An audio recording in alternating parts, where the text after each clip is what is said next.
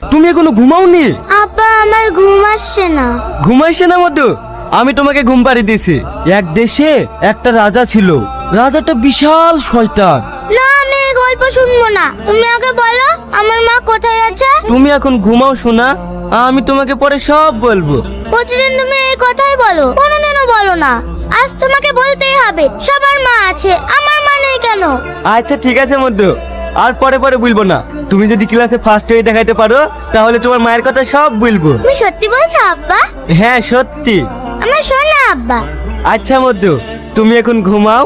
তুমি যদি মাকে ভালোবাসে থাকো তাহলে চ্যানেলটিকে তাড়াতাড়ি সাবস্ক্রাইব করে পাশে থাকো। রোজ নতুন নতুন ভিডিও দেওয়া হয়। বন্ধুদের ভালোবাসলে ভিডিওতে লাইক কমেন্ট শেয়ার করে দেওয়া। শেষ পর্যন্ত না দেখলে ভুল করবেন না।